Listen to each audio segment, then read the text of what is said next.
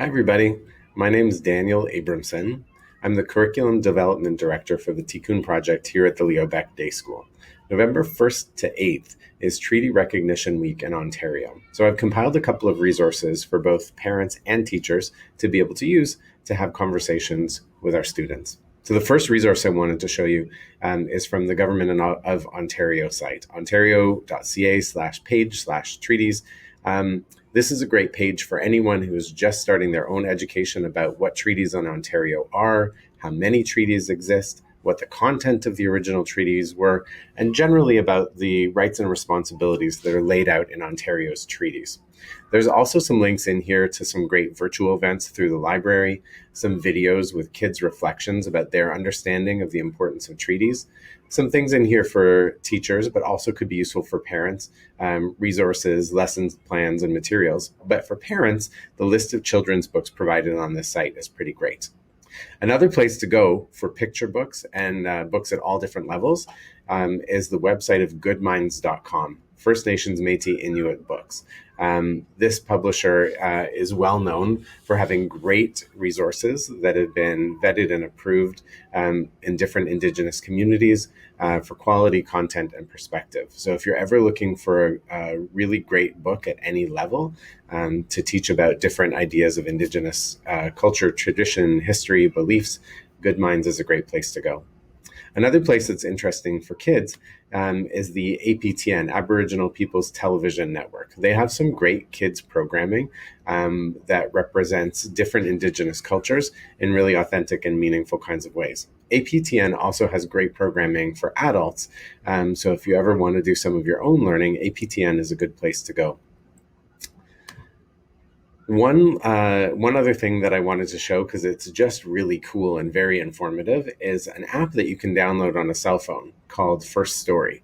When you download it on your cell phone, it opens up an interactive map that allows you to click and see Indigenous histories of specific places in the city. So, for instance, if you go down to High Park and you want to know what Indigenous history might exist in that specific place, you can click a link on your map and it'll come up with stories and photographs where available. It works well in Toronto. Outside of Toronto, there's not always as much data, information, and stories uploaded, but it's a great resource. And the last one is one of my personal favorites, specifically for parents. I know that in school, I wasn't fortunate to have the opportunity to learn much about Indigenous cultures, traditions. I certainly didn't learn a lot about treaties in Ontario or across Canada.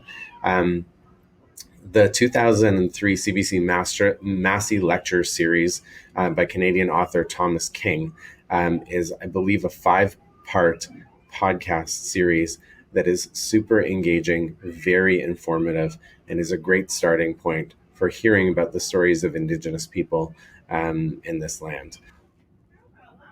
The last thing I really wanted to offer was a little bit of context about how to start teaching about treaties. Essentially, treaties are agreements between people about how we live and work together. From the Jewish perspective, we have lots of different examples that we can look at to explain symbols of how we live and work together. One of them, for instance, is the fringes on the end of tzitzit. Tzitzit remind us of the mitzvot. The knots and wines remind us of all the different obligations that we have to each other and to God. Wedding rings in our tradition are an agreement, a symbol of an agreement about how two people work to build a space and a home and a family together. It represents our commitments to each other. Even recently, in the reading of the story of Noah, God makes an agreement with people that the world will never be flooded again. It will never be destroyed again with water. And the symbol of that agreement is a rainbow. Similarly, Indigenous communities created symbolic contracts. So those are in the form of wampum belts. If you're not familiar with wampum belts, there are visual representations of the treaties that were made between the European settlers and Indigenous communities. And one of the nicest websites that I've seen recently to explain one specific wampum agreement is the two-row wampum on the humanrights.ca website. So it's an installation that was done by the Canadian Museum for Human Rights and explains a little bit about the two-row wampum. It represents the path of two people, Indigenous people and Europeans, going together in the same way at the same time, moving forwards into the future. with ambitions for peace and prosperity. This website explains a little bit about the two-row wampum and is a great place to start. The last thing I wanted to leave you with are a couple of essential questions to talk about in your family. Some of them are, what are the most important actions that schools and communities can take to be good treaty partners today? If we were to write a new agreement for living in the same land, what would be the most important clauses of that agreement? What does the word Indigenous mean? Are Jewish people Indigenous to any place in the world? As settlers, what responsibilities do we have to the land where we live? And what responsibility do we have to the lands where we may have come from historically? And lastly, how can we make sure that history does not repeat itself?